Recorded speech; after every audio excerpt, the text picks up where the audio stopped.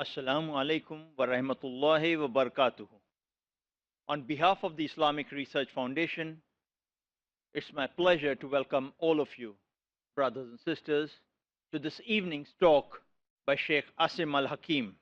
A dynamic, versatile, and articulate speaker, Sheikh Assim Al Hakeem is also very well versed with the various societies and ideologies in the Muslim world, the Western world, and the other worlds that we are aware of, so much so that he is also well versed with the comparative analysis of these different ways of thinking, belief, and practices that we see around us.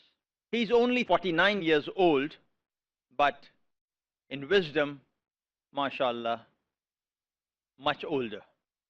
He has graduated with a BA in linguistics from King Abdulaziz University, Jeddah, and did a high diploma in Islamic studies from the Qura University, Makkah. Though he is considered an expert in human resource management and public relations, achieving some of the highest positions in topmost multinational corporations, at present, he says, I have gone further than that and am only a freelance business consultant. But moreover, he has the spirit in him for an enterprising, unmitigated commitment for Islamic dawah work.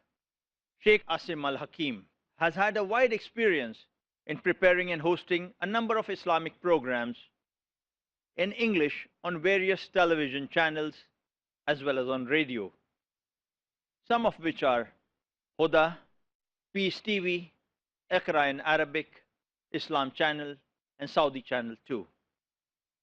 Some of his popular programs include Al Huda, an open question and answers program, Lessons in Fiqh, Youth Talk, Mercy to the Worlds, and Mind Your Soul.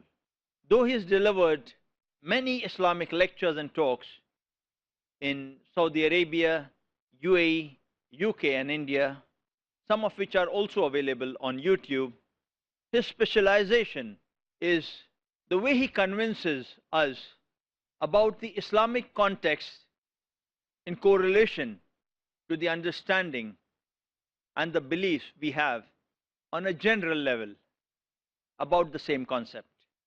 Today, he'll be speaking on the topic which sometimes tend to get very controversial, namely fatwas. May I welcome on stage Sheikh Assim Al Hakeem to present his topic of the day, Fatwa Supermarkets.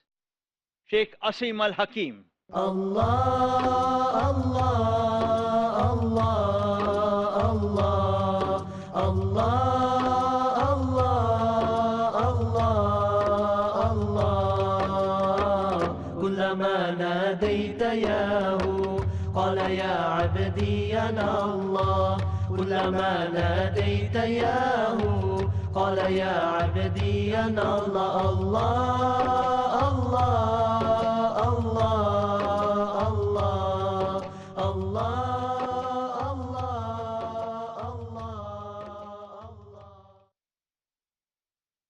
بسم الله الرحمن الرحيم.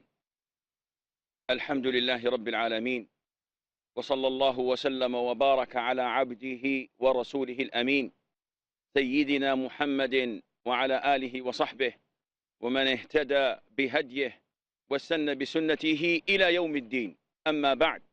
Dear brothers and sisters in Islam, Assalamu alaikum wa rahmatullahi wa barakatuh.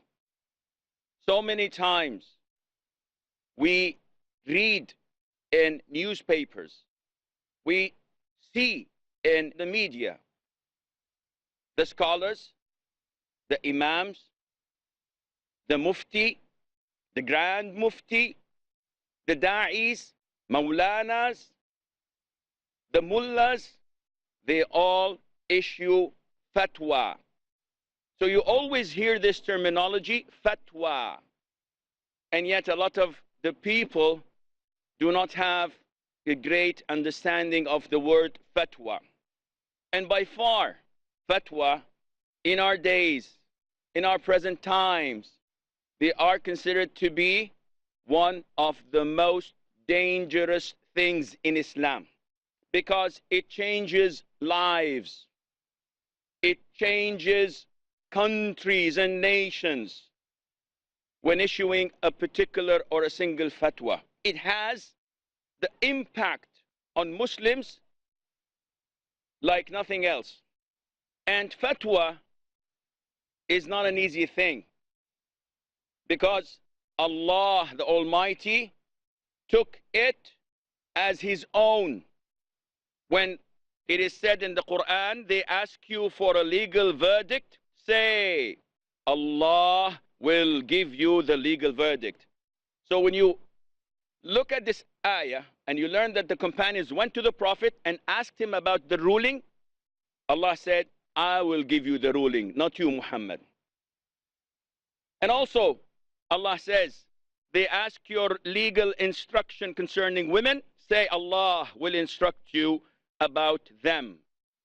So fatwa is an extremely dangerous verdict or a statement given by a person, because the person who gives a particular fatwa is actually putting himself as a bridge on top of hell, where people could walk over him to reach the other side to safety. So the person giving the fatwa is that bridge. And this, that is the role of giving fatwa, was the role of all messengers in their people and nations. The Prophet said, alayhi salatu wassalam, the scholars are the ones who inherit the prophets, because the prophets did not leave a dirham or a dinar. They did not leave money. They did not leave currency. But they've left behind them knowledge. So whoever takes from this knowledge, he has taken a great deal of fortune. The role of the mufti, the one giving the fatwas, is the role of messengers. And that is why whoever assumes such a position, he must be characterized with the characteristics of the messengers and the prophets, meaning that he has to be sincere, he has to be truthful, he has to be honest, he has to be just and fair.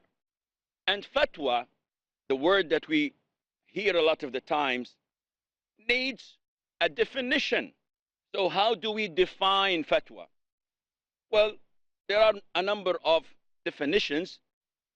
Maybe the best of them would be to inform regarding the Islamic ruling or the Islamic verdict, while knowing the evidences and the proofs to back it up.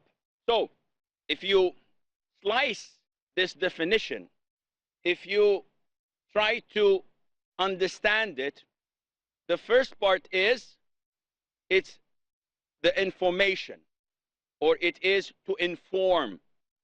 It is to make someone acknowledge. Therefore, it is not similar to what a judge may do. In order to understand the meaning of fatwa, we have to define it.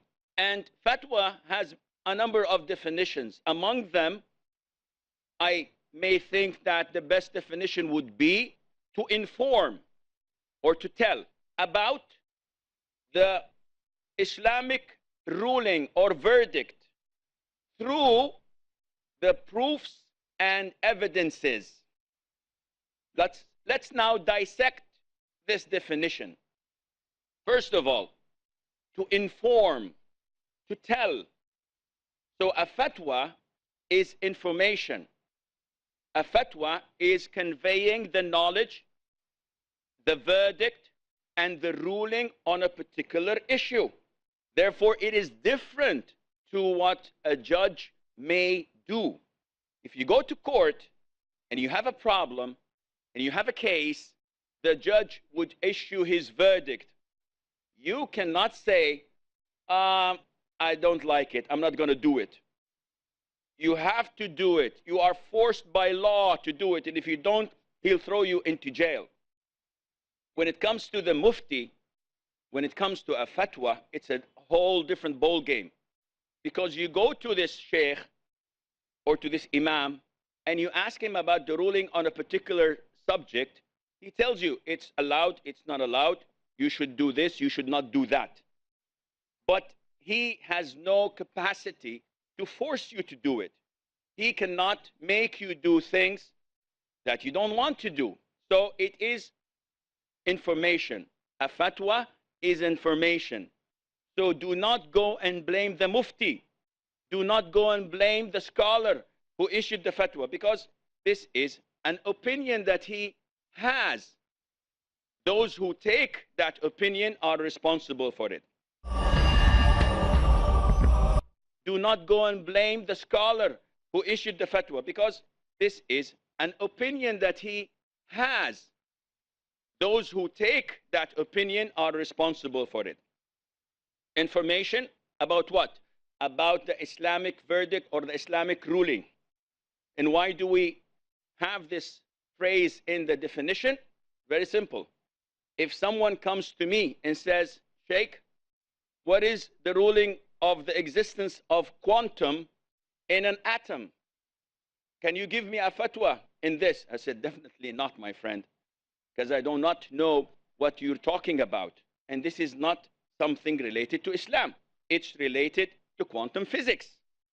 So go and ask a scholar in this field.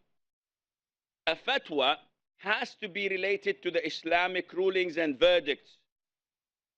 You cannot ask about thermodynamics. You cannot ask about medicine. You cannot ask about rocket science. This is not the mufti's job. Information about the Islamic ruling, knowing it through the proofs and evidences. So if someone has a long beard, like myself, has a short thobe, like myself, and he's asked about the ruling on a particular issue, what is the ruling on so and so? I say the ruling on so and so is forbidden. So I'm informing him and I'm giving him the Islamic ruling. However, when he says to me, why? I say, I don't know. I heard Sheikh so and so say so. So I'm not the one who gives the fatwa. I am simply conveying it. I'm simply relaying it. Well, if this is the case, this is not a fatwa. You cannot give a proper fatwa unless you are well versed of the proofs and evidences that you got this Islamic verdict or ruling from. Otherwise, you would not be in the state of fatwa. And that is why the person who gives fatwa usually is a person of great knowledge, because he knows the evidences and proofs and he has the ability to obtain the rulings from these evidences. What is the ruling on fatwa? Well, fatwa is something that a portion of the ummah has to be capable of giving and delivering. So if we have a Muslim nation that does not have the qualified scholars to give fatwa, they are all sinful. As in the case, if we have the Muslim nation that does not have the qualified physicians, they are all sinful. These are parts of what is known as furudul kifaya, the obligation or the obligations that are mandatory upon a portion of the nation. If they do it, the rest are exempted from punishment. But if no one does it, they're all punished. So there has to be within the ummah of the Muslims a portion of scholars who undertake this assignment. Allah says in the Quran, فَاسْأَلُوا أَهْلَ الذِّكْرِ إِن كُنتُمْ لَا تَعْلَمُونَ. Ask the people of knowledge if you do not know. So whenever you have a dispute, something that bothers you about Islamic teachings or rulings, and you don't have the knowledge, then you must ask the people of knowledge. And the Prophet ﷺ also instructed us to ask if we do not possess the knowledge.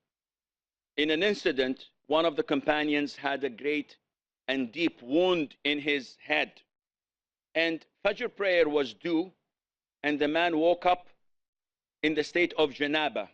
He had nocturnal emission, so it was mandatory for him to take a bath. But with this wound in his head and with the weather conditions, this was very dangerous. So he asked his companions, I have to take ghusl. Is there any other alternative? And they said, no, you must take ghusl, even if it's dangerous for you. They did not tell him to wrap something over his head and to cover it and protect it.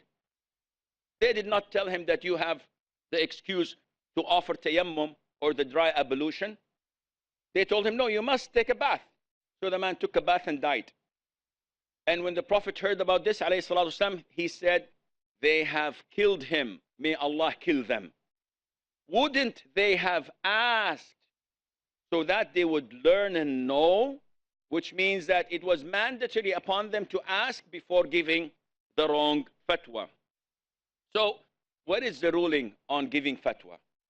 Is it for anyone to give? Is it a must? Or is it recommended? Well, scholars say that there are 5 rulings known as Al Ahkam Al Taklifiyah. These rulings or verdicts are related to matters and issues of Sharia.